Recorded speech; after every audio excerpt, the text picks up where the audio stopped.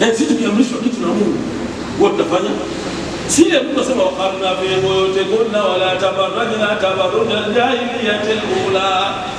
Qur'ani inaambia wanawake wakae nyumbani, watulie, wahudumiwe, wao ni lulu, wao ni dhahabu, wao ni almasi, wao ni udi, unatakiwa kwenye chaza utunzwe. Tumegeuza haya kila aina tu. Sasa hivi wanaume ndio wanatakiwa wakae nyumbani. Robo tatu wanaume hawafanyi kazi. Kama unataka uamini neno langu, nenda Mswahili asubuhi. Pale Mswahili, nenda fanya hesabu. Majority walioko pale ni wanawake au wanaume? Nenda Maroni. Majority walioko Maroni wanawake wanaume? Wanaume wako wapi? Kama tuliwakuta msikitini wanaswali, lakini ushahidi umeonyesha misikiti yote hakuna msikiti una swafu 5 Mwanza. Tumefanya utafiti. Hakuna msikiti una swafu 5 Mwanza alfajiri. Na baya zaidi, mwezi wa Ramadhani ndio swala alfajiri imekufa. Kwa nini? Tumebadilisha ile style yetu. Kinachotakiwa ukifanya, kisichotakiwa sana unafanya.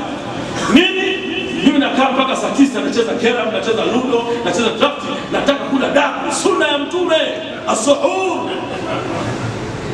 Sunna ya Mtume, akimaliza sunna ya Mtume saa 9 analala, anaamka saa 3 asubuhi. Anasubiri sunna ya Mtume kaacha fardhi. Jamani, mnaelewa lakini? Au unapotezea muda? Sasa aya ndio ni wako machache. Tumefanya utafiti. Waislamu wakiamrishwa ishi na Mungu, wao wapima watakipunguza au watakichezesha hivi. Jambo ambalo ni hatari. Sasa ndio tukaja na kongamano la leo, baada Ramadhan.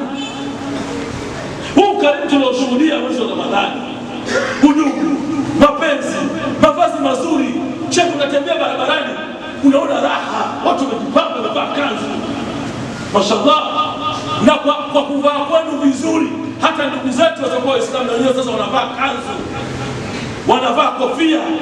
Tena anasema kabisa shekhe, mwezi mtukufu. Piga kanzu na kofia yake.